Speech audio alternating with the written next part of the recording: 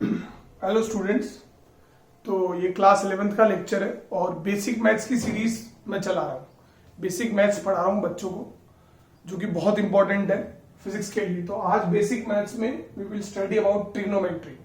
तो trigonometry is quite known to you people.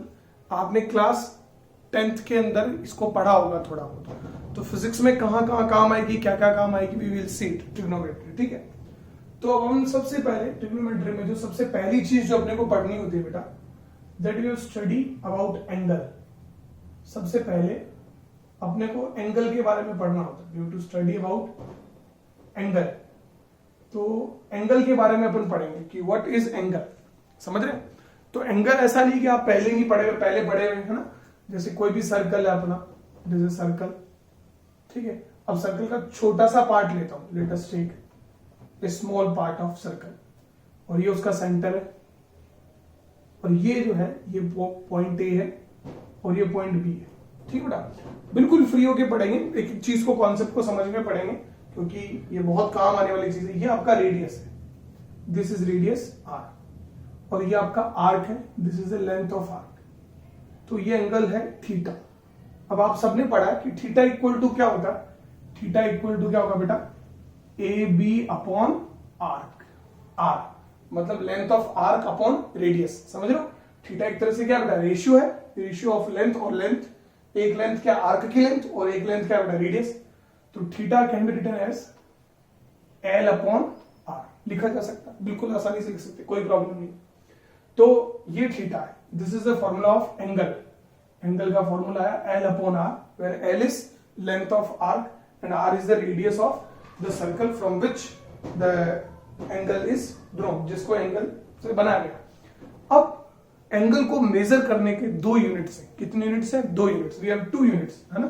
Units of theta, units of angle. दो तरह की unit है, आप सबको पता है, यू नो इट वेल। एक यूनिट जो है वो है बेटा डिग्री, जो आप लोग कैलकुलेट करते हैं, और एक यूनिट जो है वो आपका क्या बेटा? रेडियन। तो we have two units to calculate angle. First one is degree and second one is radian. समझ रहे? अब बात ये आती है कि जब आपने डिग्री पढ़ी है, क्योंकि डिग्री आपने बहुत पहले पढ़ रखी होगी, और रेडियन अभी अपन पढ़ेंगे। तो when you have studied degree, then why we study different unit of angle. जब अपने पास ऑलरेडी डिग्री है तो अपन रेडियन पढ़ने की क्या जरूरत आ रही है अपने को? क्यों अपन रेडियन पढ़ रहे हैं बेटा? इसलिए पढ़ते हैं क्योंकि रेडियन मेक्स कैलकुलेशन इजी, है ना, फॉर इजी कैलकुलेशंस। कैलकुलेशन को इजी करने के लिए व्हाई वी स्टडी रेडियन, इसलिए अपन रेडियन पढ़ते हैं। ठीक है। और ये जो यहां पर इस फॉर्मूले से जो एंगल आता है, इस फॉर्मूले से जो एंगल आता है ना बेटा, वो रेडियन में ही आता है। It is always radian. समझ रहे हो? एंगल वगैरह डिग्री, जो डिग्री में जो एंगल है, it is use for navigation, है ना, for navigation and all that we use angle in degree. ठीक है। But for calculation we will always use angle in the form of radian, because it will make calculation easy.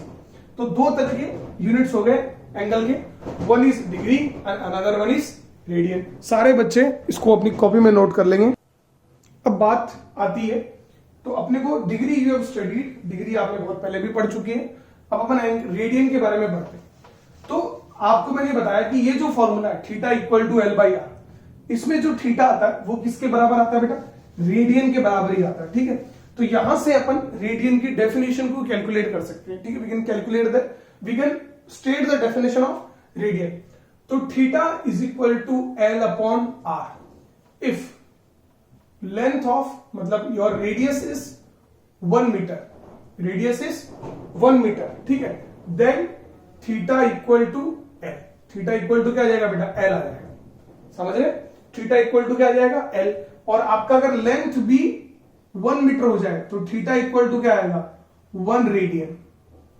समझ रहे कि नहीं समझ रहे? तो मैं कह सकता हूं कि 1 रेडियन, यहां से क्या कह सकता हूं? 1 radian is the angle subtended by, मैं क्या कह सकता हूं? 1 radian is the angle subtended by, या made by, subtended by a circle, by a arc of 1 meter by a arc of 1 meter which is made from a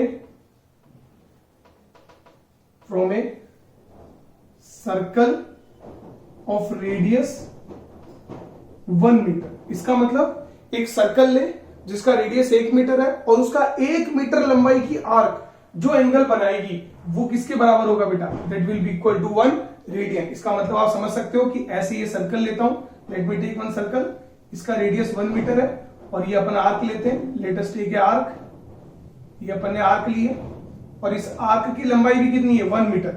अब ये arc जो angle बनाएगी यहां पर सेंटर पर, दैट इज 1 रेडियन, वो 1 radian है। समझ रहे कि नहीं समझ रहे? सो दिस इज 1 रेडियन, ये 1 रेडियन की डेफिनेशन हो गई। तो आप लोग नोट कर सकते हैं इसको, सारे के सारे बच्चे स्क्रीन पोस्ट करके, बहुत आसान है। तो theta equal to L by R, इस फॉर्मूले में जब भी थीटा कैलकुलेट होगा वो रेडियन से ही कैलकुलेट होगा, ठीक है। So it was very easy, बहुत आसान था। अब अपन आगे बढ़ते हैं ना। अब अपन देखते हैं कि अपने को दो एंगल अपने पास आ गए, one is in degrees another is in radian. So we have to conversion, और we can say conversion in between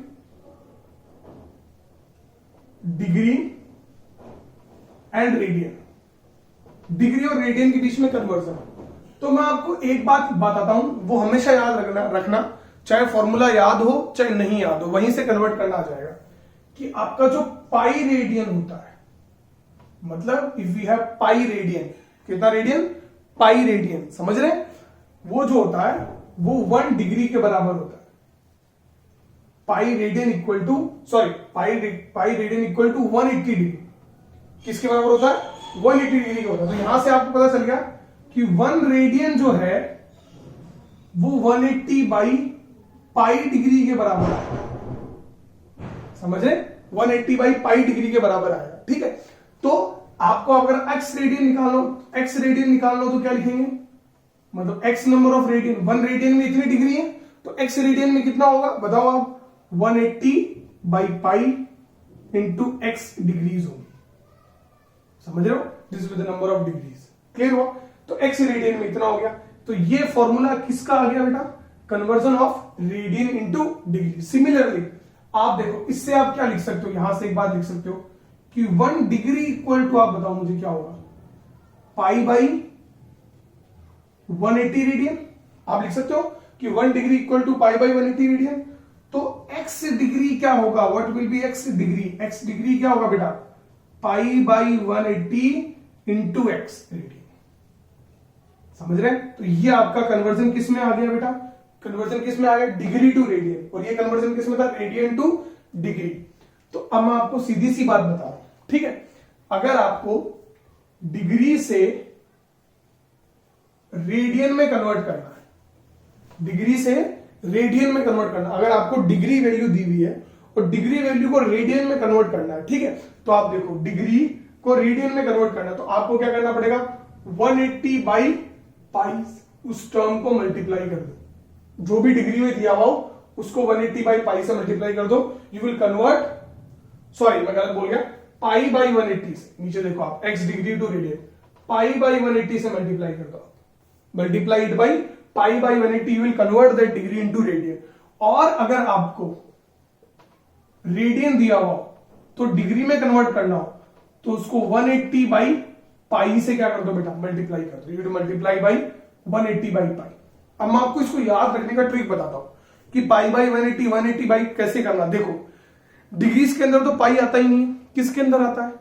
किसके अंदर आता है? रेडियन के अंदर आता है। तो जब भी आपको रेडियन चाहिए तो पाई बाई 180, मतलब पाई ऊपर है, मतलब पाई आ जाएगा, डिग्रीज में पाई आ जाएगा मल्टीप्लाई में, समझ रहे हो? तो वो रेडियन हो जाएगा। और यहां पर रेडियन में तो ऑलरेडी पाई होता है, डिग्रीज में पाई चाहिए नहीं होता है, तो 180 बाई पाई, ताकि पाई से पाई क्या हो जाए? कैंसिल, और आपको क्या मिल जाए बेटा? डिग्री। सो दिस इज तरीका एक तरह का याद रखने का, समझ रहे हो?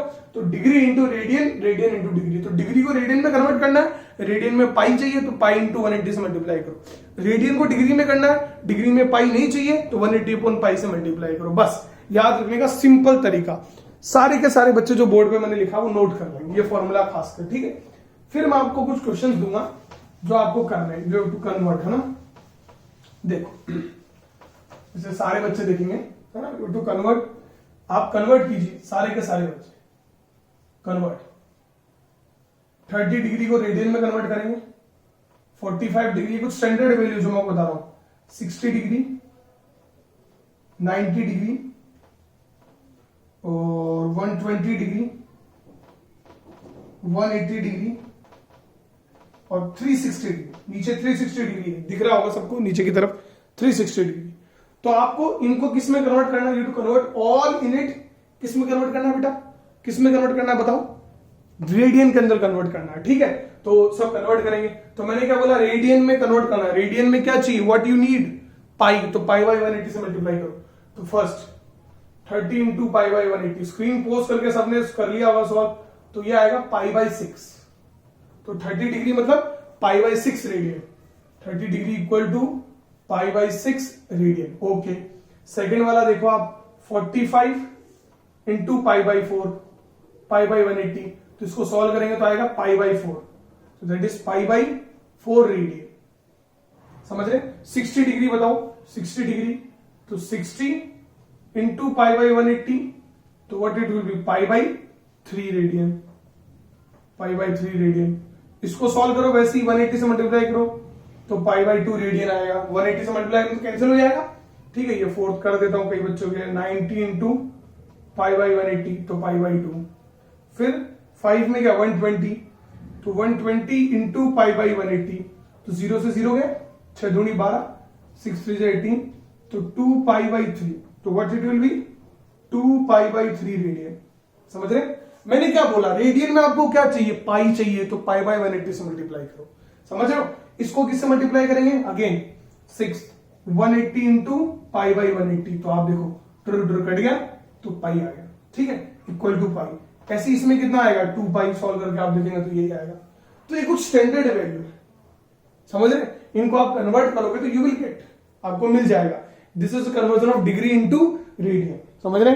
तो बहुत इंपॉर्टेंट है, सारे के सारे बच्चे इसको नोट करेंगे अपनी कॉपी के अंदर अच्छे से, विदाउट एनी हेजिटेशन, ठीक है। अब बात आ गई conversion of degree into radian. मैं डिग्रीज पे और सवाल करूंगा। अच्छा, सबको पता होगा कि एक डिग्री के अंदर कितनी मिनट्स होती हैं? 60 मिनट्स होती है, सबको पता ना। और एक सेकंड में, एक मिनट में कितनी सेकंड होती है? 60 सेकंड्स होती है, ठीक है। ये ऊपर ये मिनट का साइन होता है, सेकंड का खूब पढ़ते हैं, बचपन में पढ़ लेते हो तुम लोग, 6-7 क्लास में मैथ्स में पढ़ते हो, लेकिन ये नहीं पढ़ते हो तो याद रखना अच्छे से। चलो, तो ये तो मैंने आपको conversion of degree into radian, radian into degree सब बताया। वेरी इजी, बहुत आसान है, कोई प्रॉब्लम वाली बात नहीं। अब अपन देखते हैं मेजरमेंट ऑफ एंगल। एंगल का मेजरमेंट कैसे होगा बेटा? देखो, मेजरमेंट ऑफ एंगल सबसे इंपॉर्टेंट पार्ट है। इसमें बहुत से बच्चे कंफ्यूज रहते हैं। मेजरमेंट ऑफ एंगल्स, ठीक है। एंगल दो तरीके से लिखे जा सकते हैं, positive angles and negative angles, ठीक है। Positive angles and negative angles. मैं आपको दो चीजें बताऊंगा, समझ रहे हो? दो चीजें बताऊंगा, दो पॉइंट बताऊंगा। जैसे कोई भी एक्सिस होता है, ये कौन सी होती थी? वाई, ये माइनस वाई, ये प्लस एक्स और ये माइनस एक्स। एंगल तो प्लेन में मेजर होते हैं, समझ रहे? एंगल तो प्लेन में मेजर होते हैं। तो अब मैं आपको दो चीजें बताऊंगा, जैसे, समझ रहे हो? जैसे मान लो ये मेरे पास है आपका, ये कोई डायग्राम है, इसका एंगल बता रहा है, तो ये एंगल इधर से 30 डिग्री एंगल है, ठीक है। तो सबसे पहला पॉइंट जो मैं बताऊंगा, ये बात आपको हमेशा याद रखनी है, जीवन भर याद रखनी है, समझ रहे? फिजिक्स जब जब पढ़ोगे, एंगल्स को मेजर करने आएगा, वेक्टर में कितने एंगल्स मेजर करने आते हैं, तो ये याद रखना सबसे पहले, all angles are measured from positive X axis. मतलब एंगल मेजर करने की शुरुआत हमेशा कहां से होगी?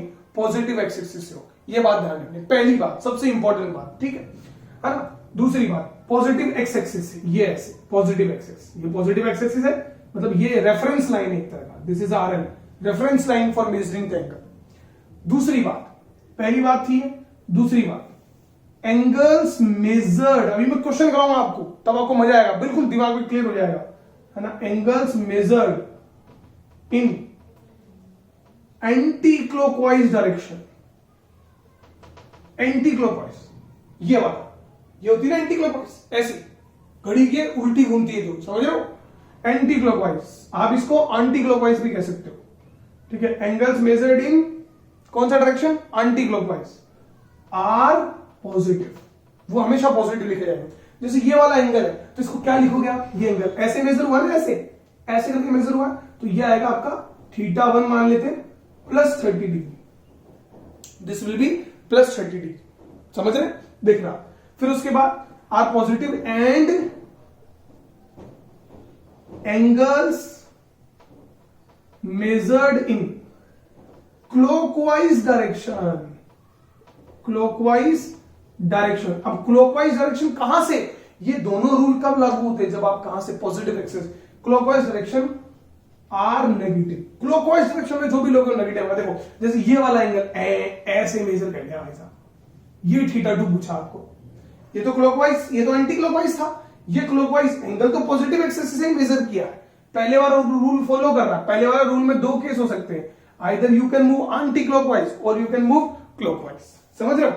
तो ऐसे में क्या होगा, अगर हमने एंटी क्लॉकवाइज चल गए तो आप देखो क्या होगा, ये कितना, ये एंगल कितना होता है 90 90 90, ये एंगल कितना बचेगा भाई 60, तो क्या होगा, ये एंगल 90 90 180 180 प्लस 60 कितना होता है बेटा, बताओ, देखो 90 90 180 और 180 प्लस 90 कितना होता है 270, 270 प्लस 60 कितना होगा, बिल्कुल आसान है बेटा, 270 प्लस 60 कितना होगा 330। तो अब ये जो θ2 जो आएगा ना आपका θ2, वो 330 डिग्री तो आएगा, लेकिन किस में आएगा, माइनस में आएगा। क्यों आएगा माइनस में, क्योंकि आपने क्लॉकवाइज डायरेक्शन में मेजर किया है। तो मेरी दोनों बातें ध्यान रखना कि angles are measured always from positive axis, angle measured in anticlockwise are positive, clockwise are negative. अभी मैं आपको और एग्जांपल्स कराऊंगा, क्योंकि ऐसे क्लियर नहीं होता बच्चों को, एग्जांपल से क्लियर होता है। When we will do more example, जितने ज्यादा होंगे उतने एग्जांपल अपन करेंगे, ठीक है। दोनों रूल आप लिख लिए होंगे स्क्रीन पोस्ट करके, चलो दोनों रूल लिख लिए होंगे आप। अब देखो सारे बच्चे देखेंगे, इधर देखो इधर देखो, ठीक है। मुझे बताओ ये वाला एंगल कितना, ऐसे, और ये वाला एंगल ऐसे मेजर किया, तो θ1 बताओ और θ2 बताओ, दोनों बताओ, सारे के सारे बच्चे बताओ, θ1 बताओ और θ2 बताओ, बताओ। चलो बोल दिया होगा आपने। तो θ1 आप ये 90 का होता है, ये कौन से डायरेक्शन में गया, एंटी क्लॉकवाइज, तो +90, वेरी गुड वेरी गुड। और θ2 कितना है, देखो मेजर तो आपने पॉजिटिव एक्सिस से किया है, शुरुआत यहीं से किया है, लेकिन आप कौन से डायरेक्शन में चले, क्लॉकवाइज, तो माइनस में आएगा, तो माइनस 90 प्लस 90 प्लस 90, तो -270, वेरी गुड। समझ रहे हो, एंगल मेजर करने में जरा भी हिचकिचाहट नहीं आएगी। पता आपको, कई बार आप एंगल मेजर करने में हिचकिचाते हैं बच्चे, I have seen, because they do not have clear concept. अगर आपके कॉन्सेप्ट क्लियर होते हैं ना, तो आप कभी भी नहीं हिचकिचाएंगे एंगल मेजर करने में, ठीक है। एक एंगल ये है और एक एंगल ये, लो, ये तो बहुत आसान है, θ1 और θ2। अब बताओ θ1 क्या है, θ2 क्या है, बिल्कुल विद इन ए सेकंड बता दोगे, 180। लेकिन ये कैसा है, +180, और ये कैसा है, -180। क्यों, क्योंकि इसमें कैसे गए अपन, क्लॉकवाइज, और इसमें, सॉरी, इसमें कैसे गए, एंटी क्लॉकवाइज। मैं बार बार भूल जाता हूं एंटी क्लॉकवाइज बोलना, और ये कैसा है, क्लॉकवाइज, ठीक है। अब आ जाओ, ये तो बहुत आसान था, आप लोगों को लग रहा होगा बहुत आसान है, बहुत आसान है, वाकई बहुत आसान है, वाकई बहुत आसान है। चलो एक क्वेश्चन और देता हूं, सारे के सारे बच्चे करेंगे, ठीक है ना। एक एंगल ये और एक एंगल ये θ1 और ये θ2।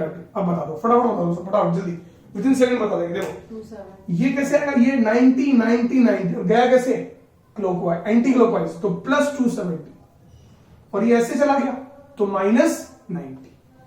समझ में आया, बहुत आसान है, मिनटों में बता दो। चलो एक क्वेश्चन और बताओ, एक क्वेश्चन और बताओ, जल्दी बताओ जल्दी बताओ जल्दी बताओ। ये एंगल है 60 डिग्री, अब आपको ये एंगल बताना है θ1 और ये एंगल बताना है θ2। जरा सोचो सोचो सोचो सोचो सोचो, देखो ये 60 है, ये पूरा 90 प्लस 60 कितना हुआ, 150। लेकिन किस में आएगा बेटा, ये -150 डिग्री आएगा। क्यों आएगा 150 माइनस, क्योंकि आपने इसमें कैसे चले, आप क्लॉकवाइज चले, और एंटी क्लॉकवाइज इसमें बताओ 90 90, ये एंगल कितना 30 होगा, क्योंकि पूरा 90 होता है, तो 9 9 18, तो 210, तो 210 भी किसका आएगा, पॉजिटिव का आएगा। समझ रहे। तो अब मुझे नहीं लग रहा कि किसी भी बच्चे को एंगल मेजर करने में कोई प्रॉब्लम आने वाली है। बस पहला रूल क्या है, you should always move from positive X axis. फिर कहां से कहां चलना है, पॉजिटिव। कैसे चलना है, एंटी क्लॉकवाइज जाओगे तो पॉजिटिव और क्लॉकवाइज जाओगे तो नेगेटिव। बस ये कॉन्सेप्ट ध्यान रखना है। Very good. चलो अब अपन बात करते हैं, हाँ अब अपन बात करते हैं, ठीक है। अब राइट एंगल ट्राइंगल की बात करते हैं ना, राइट एंगल ट्राइंगल और उसके साइड्स के रिलेशन के बीच में बात करते हैं, ठीक है। बहुत आसान है right angle triangle. Right angle triangle में 3 साइड्स होती है, कौन कौन सी, परपेंडिकुलर, हाइपोटेन्यूज और बेस, सबको पता है, ठीक है। अच्छा इधर देखो, जैसे ये है, ये एक राइट एंगल ट्राइंगल है ना, और ये एक राइट एंगल ट्राइंगल है, 2 राइट एंगल ट्राइंगल बना रहा हूं, ठीक है। अच्छा हाइपोटेन्यूज तो सबको पता है कि एच क्या होती है, एच क्या होती है बेटा, लॉन्गेस्ट साइड। कौन सी साइड, लॉन्गेस्ट साइड, सबसे बड़ी साइड ये एच होती है। इसके बारे में सब क्लियर रहते हैं, सबको पता रहता है एच कौन से, देखते ही पहचान लेते हैं। कंफ्यूजन किसमें होता है बेटा, परपेंडिकुलर और बेस में, पता नहीं चलता परपेंडिकुलर कौन सा बेस कौन सा। अब देखो ये मान लो एंगल थीटा है यहां पर, और ये मान लो एंगल थीटा यहां पर है, ठीक है। अब यहां पर बताओ परपेंडिकुलर कौन सा है और वहां पर बताओ परपेंडिकुलर कौन सा है। देखो बेटा थोड़ा सा फर्क आता है। एंगल के सामने वाली जो साइड होती है, एंगल के जो सामने वाली साइड, वो क्या कहलाती है, परपेंडिकुलर। और उसके एडजेसेंट परपेंडिकुलर साइड क्या कहलाती है, बेस। एंगल के सामने वाली साइड क्या होती है, परपेंडिकुलर, हमेशा याद रखना है। तो ऐसे इसमें परपेंडिकुलर कौन होगा, जो इसमें बेस है वो इसमें परपेंडिकुलर बन जाएगा, और जो इसमें परपेंडिकुलर है वो इसमें बेस बन जाएगा। समझ रहे, तो ये आपको साइड्स का बड़ा प्रॉब्लम रहता है, बच्चों को बड़ा प्रॉब्लम रहता है, समझ रहे हो। तो एंगल के सामने वाली साइड परपेंडिकुलर होती है, यहां ये है यहां है। और लॉन्गेस्ट साइड क्या है बेटा, लॉन्गेस्ट साइड क्या है, लॉन्गेस्ट साइड सबको पता है क्या है, हाइपोटेन्यूज। और एक रिलेशन आप सबको पता होगा कि h square equal to P square plus B square, क्या कहते हैं इसको, पाइथागोरस थ्योरम, सबको पता होगा। एच लिखते हो तुम लोग under root P square plus B square, लिखते कि नहीं लिखते, समझ रहे, वेरी गुड। चलो तो अब ये बात होगी राइट एंगल ट्राइंगल की, और बहुत आसान है, इट इज वेरी इजी, ठीक है। अब मैं बात करता हूं राइट एंगल ट्राइंगल, बहुत आसान है, बहुत आसान है। चलो अब मैं बात करता हूं trigonometric functions, trigonometric functions in terms of right angle triangle. तो सबसे आप सबने पढ़ा होगा sine theta, cos theta, tan theta, cosec, sec, cot, सबने पढ़ा होगा। सबसे बेसिक ट्रिग्नोमेट्रिक फंक्शंस कौन है, जिनसे बाकी ट्रिग्नोमेट्रिक फंक्शंस बने हुए, वो है साइन थीटा और cos theta. Sine theta and cos theta are the basic trigonometric function. Tan theta भी उन्हीं से बना हुआ है, sine theta upon cos theta, ठीक है।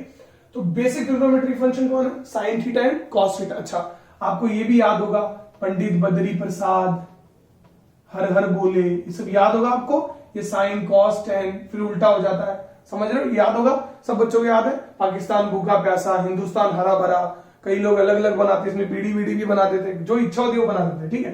तो दैट इज द कॉन्सेप्ट, ठीक है, वो सबको याद होगा, कोई नई बात नहीं है। तो मैं ये ट्राइंगल की बात करता हूं, दिस इज अ ट्राइंगल, ये ट्राइंगल है, ये एंगल थीटा है, तो ये परपेंडिकुलर हो गया, थीटा के जस्ट सामने परपेंडिकुलर, और ये हाइपोटेन्यूज हो गया, ठीक है। अब साइन थीटा की बात करें तो व्हाट इज साइन थीटा, बताएंगे मुझे साइन थीटा क्या होता है, क्या होता है, सबको पता, परपेंडिकुलर बाई हाइपोटेन्यूज, यही होता है, परपेंडिकुलर बाई हाइपोटेन्यूज, ठीक है। और कॉस थीटा क्या होता है बेटा, बेस अपॉन हाइपोटेन्यूज, यही होता है। अब आप देखो हाइपोटेन्यूज हमेशा क्या होता है, परपेंडिकुलर से बड़ा होता है, हाइपोटेन्यूज बेस से बड़ा होता है, तो हमेशा ये वाला टर्म क्या आता है, लेस देन 1 आता है, लेस देन 1 आता है, इसलिए साइन थीटा और कॉस थीटा की वैल्यू हमेशा 1 से छोटी आती है, और 1 से बराबर भी आती है। कब आती है, जब राइट एंगल आइसोसेलेस ट्रायंगल, समझ रहे हो, तब आती है, वो तो एक अलग केस है ना। तो साइन थीटा की वैल्यू 1 या 1 से छोटी आती है, ये अपन ने पढ़ा है, टेबल पढ़ा है, बनाई होगी कक्षा 10वीं में, याद करो वो होगा। So these are the most basic, ये सबसे बेसिक ट्रिग्नोमेट्रिक फंक्शन है, साइन थीटा और कॉस थीटा, समझ लो। जितने भी ट्रिग्नोमेट्रिक फंक्शंस हैं they are derived from it, समझ रहे हो। तो मैं यहां लिख दूं कि sine theta and cos theta are basic trigonometric functions, basic मतलब सबसे बेसिक है। और एक बात मैं बता दूं कि sine theta and cos theta are complementary functions, complementary functions. Complementary function क्या होता है अभी आपको बताएंगे, कॉम्प्लीमेंट्री फंक्शन आपको बताएंगे, अभी आपको बताएंगे, ठीक। कॉम्प्लीमेंट्री फंक्शंस भी क्या होते हैं, we will study complementary functions also, ठीक है। बस आपको याद रखना कि कॉम्प्लीमेंट्री फंक्शन एक दूसरे को कॉम्प्लीमेंट्री करते हैं, वो होता क्या है, अभी इसके बाद अपन यही पढ़ेंगे, समझ रहे? तो आपको साइन थीटा और कॉस थीटा सबसे बेसिक फंक्शन है। अब मैं आज ज्यादा नहीं पढ़ाऊंगा, नहीं तो बहुत ज्यादा हो जाएगा। मैं बस थोड़ा सा अपना लेक्चर एंड करूंगा छोटी सी बात पे, साइन थीटा कॉस और टेन थीटा ही करूंगा। What is the relation between sign theta and cos theta? आप सबको पता है, आप सबने पढ़ा, क्या पढ़ा है? Sine square theta plus cos square theta equal to 1। सबने पढ़ा, और ये फॉर्मूला बड़ा इंपॉर्टेंट है। यहां से साइन स्क्वायर थीटा का फॉर्मूला आ जाता 1 minus cos square theta, cos square theta का फॉर्मूला था 1 माइनस कॉस स्क्वायर थीटा। समझ रहे? और बड़ा इंपॉर्टेंट फॉर्मूला, बहुत काम आता है। चलो थोड़ा बहुत इसके साथ खेल खेलते हैं, इसको प्रूव करते तो प्रूव देखो, साइन थीटा क्या पढ़ा था बताओ, जल्दी बताओ। परपेंडिकुलर बाय हाइपोटेन्यूज, तो P square by H square. Cos theta क्या पढ़ा था बताओ? B square by H square equal to 1। Prove कब होता है? जब left hand side equal to right hand side. समझ रहे? तो अब देखो, P square plus B square upon H square equal to 1। LCM तो सेम है ना बेटा। अब मुझे बताओ, P square plus B square क्या होता है? याद करो, एच स्क्वायर, कौन सी थ्योरम? Pythagoras theorem. तो H square upon H square equal to 1, तो 1 इक्वल टू 1, तो ये क्या हो गया? Hence proved. हुआ कि नहीं हुआ?